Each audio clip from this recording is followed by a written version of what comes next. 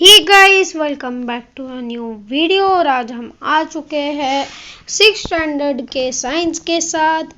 और आज का हमारा टॉपिक है natural resources, water, air and land. आप सभी का स्वागत है मेरी यूट्यूब चैनल में। चलिए पढ़ाई करते हैं। All the above picture showed show large-scale emission of smoke through different agencies. This smoke directly mixes with the atmosphere, disturbing the balance between the constitution of air. ये जो एयर पोल्यूशन है, इतना air pollution हो रहा है, ये जो industries इतना गैस स्मोक कर रही है, जो इतनी गाड़ियाँ गैस निकाल रही है, जो फॉरेस्ट बर्न हो रहा है, उसके वजह से एक नया टर्म आता है जिसका नाम है एयर पोल्यूशन। ये एयर पोल्यूशन के कारण हमारा जो एयर है, जो एटमॉस्फेयर है, उसको हार्म हो रहा है। और वो हार्मफुल सब्सटेंस है nitrogen dioxide, carbon dioxide, carbon monoxide, sulphur dioxide, soot. Harmful gases are given out through the combustion of fuels in vehicles and in big industries, and also through incomplete combustion of fuels like wood and coal. As a result of air pollution increasing day by day. Ozone layer, the protective shell. There is a layer ozone gas in the lower part of the stratosphere. Ozone layer is not directly useful for survival of living things, yet it is very important for the living thing to yet the layer of ozone at a high altitude around the earth. The ultraviolet rays coming from the sun are very harmful for the living thing. The ozone gas absorbs these rays. As an result, life on earth is protective. The ozone layer is destroyed if chemical gases like carbon tetrachloride or the carbon used in air conditioners and refrigerators mix with the air. The 16th of September is celebrated as Ozone Protection Day all over the world to make everyone aware of the importance of the ozone layer. Did you know in metropolitan cities like Mumbai, Nagpur and Pune, boards are displayed at places of heavy traffic to show the properties of various constituents of air at the place. Due to these boards, we can see the amount of harmful elements in the air. Use your brain. What would have happened if there was no air on earth? आप इसका answer मेरे comment section में डाल सकते हैं, और आप जिसमें नोट्स बना रहे हो आप उसमें डाल सकते हो। चलिए पेज टर्न करते हैं। Observe how much water is used, for what purpose it is used in your house for a whole day.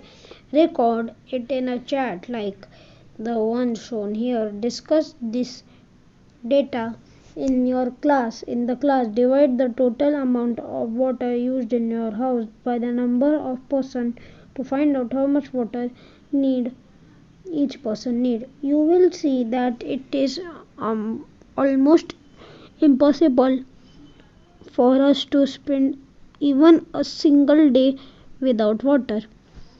We need to drink 3 to 4 liters of water every day so that our body functions run smoothly. Other living things also require water, although the amount of water they may vary according to the size of their body. Thus, we see that water is very important. If hydrogen gas burns in air and it is combined with oxygen and water is formed. We learned about some characteristics of water in the previous standards. Observe and discuss. Water, groundwater, ice, and water is in other forms. Water available for drinking. See and ocean. We cannot use all the water on earth because sea water is salty. Some water is in the frozen state and a very small quantity of water is available for drinking. Yet it is enough for all living things. Find out in what ways it is in the water of seas and the ocean useful even though it is salty. In nature, water occurs in three states. Water does not have color, taste, or odor. Many substances readily dissolve in water. Therefore, water is an universal solvent. The blood of an animal and a sap in a plant contains a very high proportion of water. No living thing can survive without water. Therefore, it is said that water is life. चलिए दोस्तों, अभी revision करते हैं. पहले हम लोगों ने पढ़ा एयर पोल्यूशन के बारे में. एयर पोल्यूशन के बारे में हमने पढ़ा जो हार्मफुल गैसेज है, nitrogen dioxide, carbon dioxide, carbon monoxide, sulphur dioxide, scout. और फिर हम लोगों ने उसके बाद बोला ozone layer, the protective shell. This layer of ozone gas in the lower part of the साइसोस्फीयर. अभी यहाँ पे हमें बताया कि जो ये जो लेयर है ओजोन, वो जो नीचे का जो साइसोस्फीयर, the lowest part of the साइसोस्फीयर में एग्जिस्ट करता है. Gas in not directly useful. Ozone gas is not directly useful for survival of a living thing, yet it is very important for the living thing to have a layer of ozone at a high altitude around the earth. The ultraviolet rays coming from the sun are very harmful for the living things. मतलब यहाँ पे जो ultraviolet rays है जो सन से आती है वो लिविंग थिंग्स के लिए बहुत ज़्यादा हार्मफुल है. और जो ओजोन लेयर है वो अर्थ के हाई एल्टीट्यूड पे एग्जिस्ट करना चाहिए. अगर अभी यहाँ पे अगर ओजोन लेयर में थोड़ा सा होल आ जाता है तो हम यहाँ पे एक चीज़ कहते हैं ग्लोबल वार्मिंग. एक नया टर्म एग्जिस्टेंस में आता है. अभी ग्लोबल वार्मिंग जहाँ पे अंटार्कटिका में ओजोन लेयर का एक होल हुआ था जहाँ पे अंटार्कटिका की जो आइस थी वो अल्ट्रावायलेट रेस के वजह से मेल्ट हो रही थी धीरे धीरे करके. इसी मेल्ट होने के कारण जो बहुत सारी आइस थी वो मेल्ट होने लगी और इसे कहते हैं ग्लोबल वार्मिंग.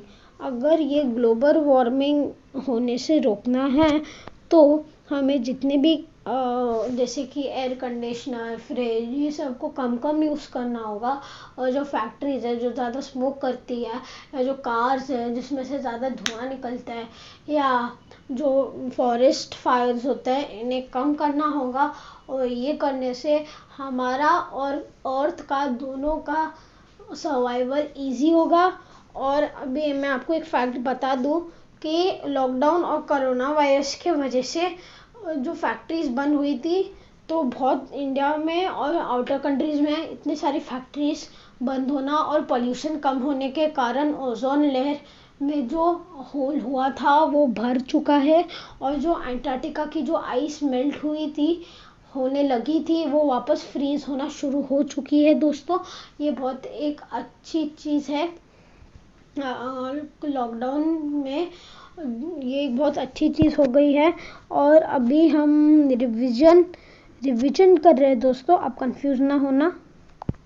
तो अभी ये पेज पे हम वाटर की इम्पोर्टेंस पढ़ते हैं. वाटर कितना ज़्यादा इम्पोर्टेंट है और वाटर में कितने टाइप्स होते हैं. वाटर अवेलेबल ऑन अर्थ, सी और ओशन का वाटर मिला के 97% होता है. Ground water, ice and water का मिला के इन अदर फॉर्म्स वो यहाँ पे होता है. Drinking water available for drinking वो 1% होता है. टोटल 100% कंफर्म हो जाता है. दोस्तों, अभी हम यहाँ पे देखते हैं. यहाँ पे एक पाई चार्ट दिया गया है जो मैंने अभी बोला उसके लिए. यहाँ पे जो वाटर के 3 फॉर्म्स है और जो स्टेट में आते हैं, एक गैसियस फॉर्म, एक लिक्विड फॉर्म और एक सॉलिड फॉर्म.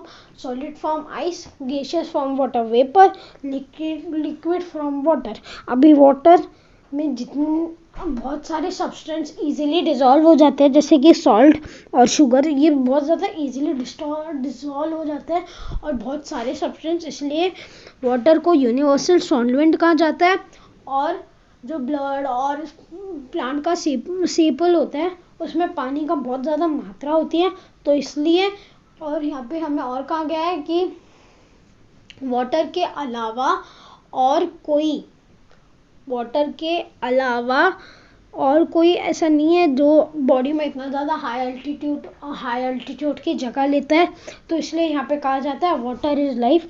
आज के लिए बस इतना ही। अगर आपको ये वीडियो पसंद आया होता तो वीडियो को लाइक, वीडियो को शेयर और चैनल को सब्सक्राइब कर देना दोस्तों, और कमेंट में ये ज़रूर बताना कि आपको मेरा एक्सप्लेनेशन कैसे लगा। तब तक के लिए गुड बाय।